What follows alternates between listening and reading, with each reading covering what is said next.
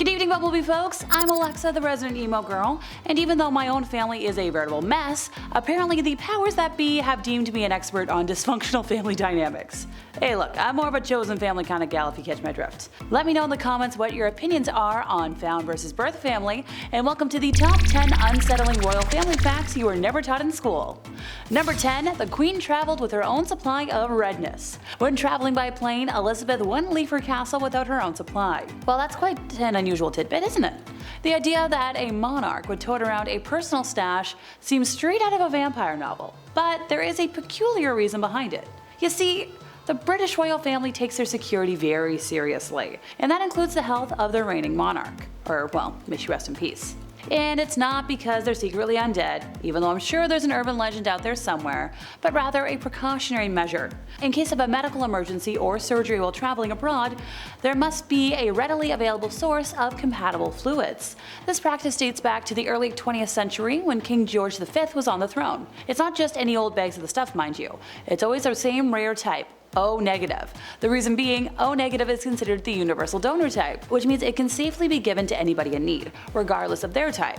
This ensures there's no delay in obtaining a suitable match in critical situations. So while it may seem a little bit unusual, the royal family's habit of traveling with a stash is ultimately a precautionary measure aimed at safeguarding the health of the monarch, ensuring they have a lifeline to medical treatment should the need ever arise. In addition, their personal doctor is never more than a few paces away, always carrying a bulky medical bag containing a mobile defibrillator and all manner of emergency medicine if need be. You hope it never happens, but hey, in case of emergency, darn. So much for the Queen being a vampire before she passed away. Number 9, kissing cousins. Now here's a rather peculiar fact about the British royal family that might raise some eyebrows. The late Queen Elizabeth II and her husband Prince Philip were actually distant cousins. Yep, you heard me correctly, they shared a family tree. Their connection can be traced back to Queen Victoria, who reigned over the British Empire from 1837 to 1901. Victoria was often referred to as the grandmother of Europe because her descendants married into many other European royal families. One of her granddaughters, Princess Alice, married into the Greek royal family, and their son, Prince Andrew of Greece and Denmark, became the father of Prince Philip. On the other side of the equation, Queen Elizabeth II is also Queen Victoria's great-great-granddaughter through her father, King George VI. Now let's not jump to any hasty conclusions or weird comparisons. These familial ties were quite distant, and royal intermarriage was not uncommon in Europe's history. It's worth noting that during the late 19th and early 20th centuries, many royal families intermarried to maintain their royal bloodlines. So while it might sound unusual to our modern ears, the connection between Queen Elizabeth and Prince Philip is a product of a bygone era where royal bloodlines intertwined across the continent. Arranged marriages. What can you do? Number 8, a politician is taken hostage in the palace every year. An intriguing, if not unsettling fact about some royal traditions involves the annual politician hostage scenario. Yeah, it's as bizarre as it sounds. In certain royal households, kind of like our royal family, there exists a long-standing custom where a politician is quite literally taken hostage within the palace for a brief period each year. The origins of this tradition are shrouded in mystery, but it's believed to be a symbolic gesture, signifying the monarch's authority over the government. Typically, a high-ranking government official is selected for this role, and they willingly participate. The hostage is treated with all the royal luxuries during their stay, but they are expected to be at the monarch's beck and call, ready to discuss matters of state at any moment. While it might seem like a little quirky royal tradition, it serves as a reminder of the historical relationship between monarchs and politicians. In modern times, this practice has evolved into a ceremonial gesture rather than a, true hostage situation, but it's a fascinating glimpse into the unique customs that persist within certain royal families. Number 7, 3 of the Queen's 4 descendants got divorced. That's a statistic that doesn't sound too nice. You may be surprised to learn that out of Queen Elizabeth's 4 offspring, a staggering 3 of them went through divorces. Yep, that's right. 3/4, a significant portion of her descendants had marriages that didn't stand the test of time. First in line is Princess Anne, the Queen's only daughter. Her marriage to Captain Mark Phillips ended in divorce in 1992, making her the first British royal of the modern era to divorce. Next up is Prince Andrew, Duke of York. His marriage to Sarah Ferguson, also known as Fergie, faced turmoil and ultimately ended in divorce in 1996, just a couple years later. And finally, we have Prince Charles, King Charles, whose highly publicized and tumultuous marriage to Princess Diana ended in divorce in 1996 as well. Whew. These divorces caused significant waves within the royal family and the public eye. It's a stark contrast to the historical norms of royals remaining in often unhappy marriages for the sake of tradition and appearances. These events reflect the changing attitudes towards marriage and divorce in the modern world, even within the royal corridors of Buckingham Palace. Number 6. Royals always carry a black outfit. Here's a curious royal quirk for you. Members of the British royal family are known to always pack a black outfit when they travel. It might sound eerie at first, or gothic, but there is a practical reason behind this tradition. The reason for this is to be prepared for the unexpected, specifically in the event of a sudden death within the family. If a royal family member were to pass away while they're abroad, it's customary for the rest of the family to wear black as a sign of mourning. So having a black outfit on hand ensures that they can adhere to this tradition even when far from home. This practice is an extension of the long-standing customs and protocols that govern the behavior and attire of the British royal family. It highlights the importance placed on maintaining a dignified and respectful image in times of crises, even when traveling to far-flung corners of the world. While it might seem unsettling, it's a reminder of the weight of their responsibilities and the traditions that continue to shape the lives of royals today. For example, was there ever an instance when this didn't happen? Yep. In 1952, the Queen was in Kenya with Prince Philip when they heard the news that her father had sadly passed away. She had brought a black dress with her on the trip, meaning she had to wait on the plane for one to be delivered, so that she didn't arrive in the country wearing, unsuitable clothing.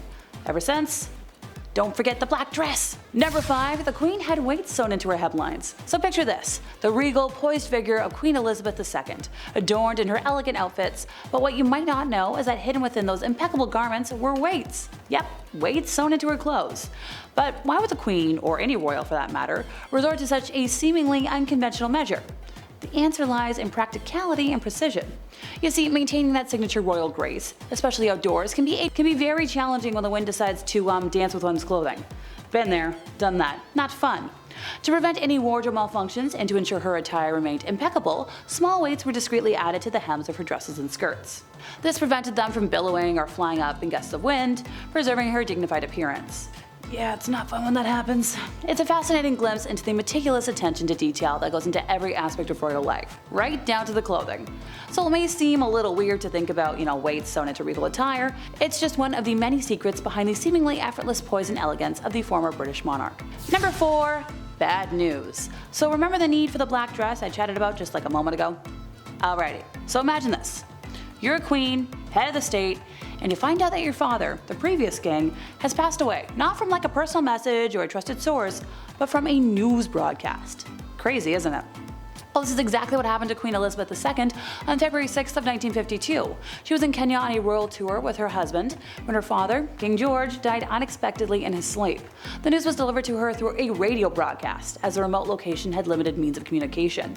This incident sheds light on the complexities of being a monarch, where personal emotions are often intertwined with the demands of duty. Queen Elizabeth's sudden transition to the throne was a momentous event in British history, and it came with the weight of responsibility, even in the face of personal grief. It's a poignant reminder that even the highest figures in the land can be caught off guard by the unpredictability of life, and duty sometimes takes precedence over personal feelings, even in the most unsettling of circumstances. Yeah, that's something I'm kind of familiar with. Number 3. The Queen's uncle was a what now? Alrighty folks, disclaimer time. The interwebs don't like when I say the name of the bad guy German group from the Second World War, so bear with me here. Edward VIII was briefly king until the abdication crises of 1936, when he abandoned the throne to marry American divorcee Wallis Simpson. The couple visited Germany, where they had a meeting with the evil dictator, whose name I cannot say, trust me I wish I could for this, according to the BBC. Photographs of the royal encouraging the Queen and Princess to do a, certain salute in 1933 while they were, very young, was also published in The Sun in 2015. Look, the princess could not have known at the time what the salute meant or what its connotations would later become. While the extent of Edward's political leanings remain a subject of debate, it's clear that his actions raised some eyebrows both within and outside the royal family. Edward's ties cast a shadow over his legacy, especially during a time when Britain was at war with the Yahtzees. His abdication and subsequent ascension of Queen Elizabeth's father were pivotal moments in British history. This unsettling fact reminds us that even within the highest ranks of royalty, complex and controversial figures can emerge, leaving a lasting impact on the course of history. Yikes. Number 2, the family filmed a secret documentary. Alrighty, Lost Media folks, this one is for you. In the dark corners of royal history, there exists a truly unique relic, a documentary filmed by the British royal family in 1969, which was broadcast one time and one time only, and then seemingly vanished into obscurity. The documentary, known as Royal Family, was an attempt to offer a more candid and relatable view of the monarchy to the public. This unprecedented insight into the lives of royals included scenes of them at play, their domestic routines, and intimate family moments. Now, Queen Elizabeth II herself reportedly approved the project, hoping it would humanize the monarchy in the eyes of the British people. However, the documentary received mixed reactions. While some appreciated the glimpse into the royal household, others found it unsettling, feeling that it demystified the monarchy to an uncomfortable degree. Intriguingly, after its initial broadcast, this documentary was shelved and has never been shown again on television. It remains locked away in the royal archives, inaccessible to the public. This captivating historical tidbit raises quite a few questions about the balance between, preserving the mystique of royalty, but also the desire for transparency in our modern age. The fact that it was broadcast one time and one time only, and then hidden away, ooh, I'd love to get my fingers on it and just see what's up. How bad can it be? Number 1. They work hard to preserve the lineage. So back in the early days of aviation, when flying was still a very risky endeavor, a peculiar and somewhat unsettling rule was enforced within the British royal family. Two heirs to the throne were never allowed to travel together on the same flight. This seemingly paranoid practice was rooted in a desire to ensure the continuity of the monarchy in the event of a tragic accident. Well, imagine a scenario where an unfortunate plane crash would take everybody out, and then where's your lineage? This would throw the entire line of succession into chaos. So to mitigate this risk, the royal protocol dictated that direct heirs, such as the reigning monarch and their immediate successor, should not travel in the same plane. This practice persisted for several decades, only changing as aviation safety improved over time. Thankfully, today's air travel is far safer, and such practices have become relics of the past. And sadly, that brings us to the end of our time. If you enjoyed my ramblings today, could you help us out by giving this video a like, subscribing if you aren't already, hit the bell for more, and I'll see y'all next time I buzz in over here at Bumblebee.